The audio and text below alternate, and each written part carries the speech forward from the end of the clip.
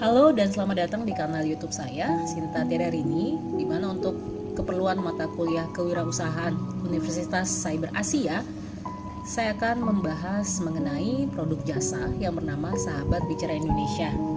Dan dalam kesempatan ini, selain membahas apa itu Sahabat Bicara Indonesia, saya juga akan membahas mengenai promosi strategi yang dilakukan oleh Sahabat Bicara Indonesia untuk menjangkau pelanggan, dan kita akan lihat apakah strategi tersebut berhasil.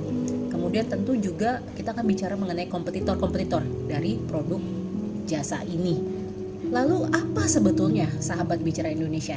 Nah, tahukah kamu bahwa pada tahun 2023 kasus bunuh diri di Singapura naik ke level tertinggi selama 22 tahun terakhir. Padahal Singapura dikenal sebagai salah satu negara maju dengan pertumbuhan ekonomi yang signifikan. Tapi tetap saja ada peningkatan kasus bunuh diri, di mana kasus ini tidak hanya terjadi pada kelompok muda, melainkan juga orang tua. Nah, itu artinya apa? Kesepian dianggap sebagai salah satu faktor dari seseorang melakukan bunuh diri.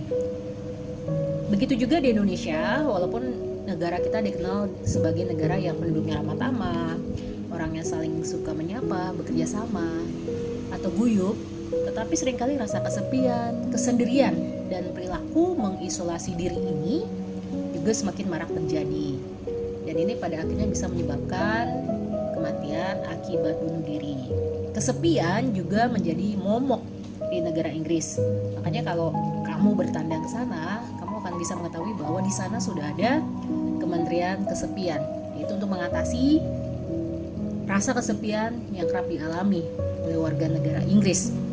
Dan kesepian itu jika tidak ditangani dengan baik bisa mengakibatkan penderitanya ingin melakukan bunuh diri. Karena itu Sahabat Bicara Indonesia adalah jasa layanan yang hadir untuk menjadi teman bicara secara online atau daring yang bisa dihubungi di mana saja dan kapan saja sesuai dengan waktu yang diinginkan.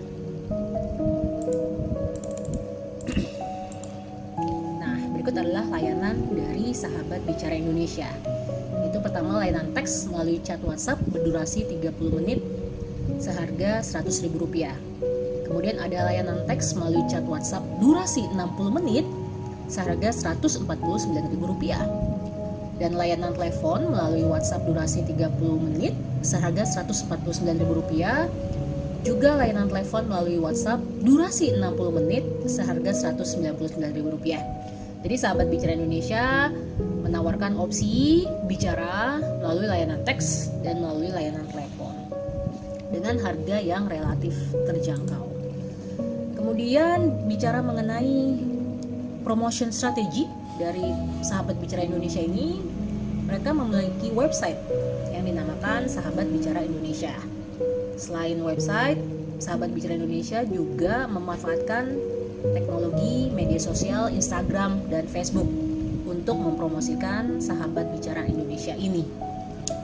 Dan segmen pasar atau consumer profile dari Sahabat Bicara Indonesia yang dituju tentunya adalah orang dewasa, yaitu mereka yang memiliki masalah pribadi dan emosional, di mana orang-orang ini menghadapi masalah seperti depresi, kecemasan, stres, dan masalah emosional lainnya. Kemudian juga pengembangan diri, yaitu orang dewasa yang mencari bantuan untuk pengembangan pribadi, peningkatan kepercayaan diri atau tujuan hidup.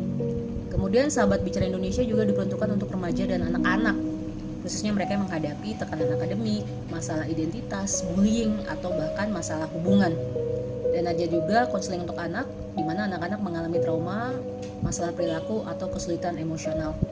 Sahabat Bicara Indonesia juga ditujukan untuk para profesional dan karyawan, khususnya individu yang mencari bantuan untuk perencanaan karir, perubahan karir, atau masalah di tempat kerja.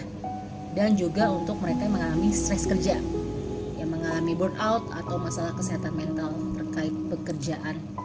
Nah, jasa konseling atau bicara seperti ini sejatinya sudah jamak di Indonesia. Ada yang namanya bicarakan.id yang menghubungkan setiap orang yang ingin menemukan jalan keluar atas masalahnya dengan psikolog profesional. Kemudian ada juga jasa Saikai yang menghubungkan klien dengan psikolog yang siap membantu dan mendampingi mereka dalam melewati pasang surut kehidupan. Lalu ada Into the Light. Into the Light Indonesia adalah sebuah komunitas yang berfokus pada advokasi, kajian, dan edukasi pencegahan bunuh diri dan kesehatan jiwa. Nah, tentu kalian bertanya-tanya, lantas apa sih kelebihan dari Sahabat Bicara Indonesia ini?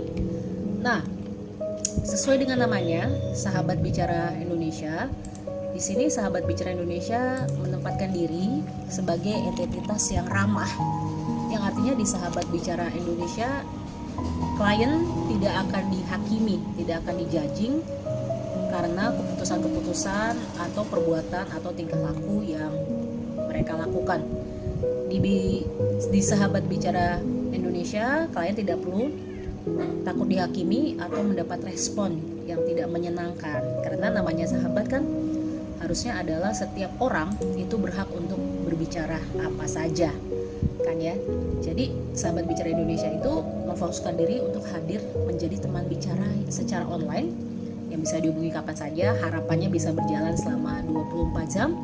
Dan di Sahabat Bicara Indonesia, klien tidak perlu mengungkapkan identitas yang sesungguhnya dan tidak perlu khawatir untuk exposure atau untuk dihakimi hanya karena mereka menyuarakan isi hati dan pemikiran mereka. Di sini Sahabat Bicara Indonesia akan menjadi pendengar dan memberikan insight jika diperlukan. Baik, kemudian bicara mengenai sales report dari Sahabat Bicara Indonesia. Hingga periode Agustus 2024, Sahabat Bicara Indonesia telah mendapat tanggapan dari 9 calon klien atau sama dengan potensi 1,8 juta rupiah dengan asumsi setiap calon konsumen mengambil paket layanan tertinggi yaitu Rp199.000. Sayangnya, karena founder dari Sahabat Bicara Indonesia yaitu saya sendiri juga memiliki kesibukan lain, mulai dari 2 pekerjaan sebagai seorang penulis lepas, sebagai seorang konsultan kehewanan, dan juga sebagai seorang mahasiswa Universitas Cyber Asia, saya tidak bisa untuk meresponi dari permintaan pelanggan tersebut sehingga nilai penjualan masih berada di titik nol.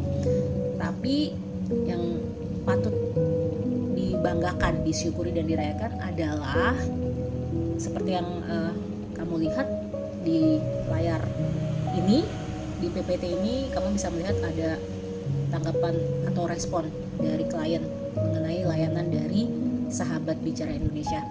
Oleh karena itu, ke depan saya sendiri berharap bahwa jasa ini, kami bisa memfokuskan diri pada jasa ini sehingga bisa membantu banyak orang di seluruh Indonesia dan mungkin juga di seluruh dunia yang membutuhkan teman bicara.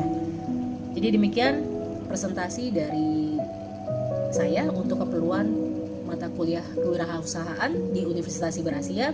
Semoga presentasi ini juga bisa memberi inspirasi dan ilham bagi teman-teman yang mungkin ingin mencari bisnis serupa, khususnya di jasa konseling. Terima kasih.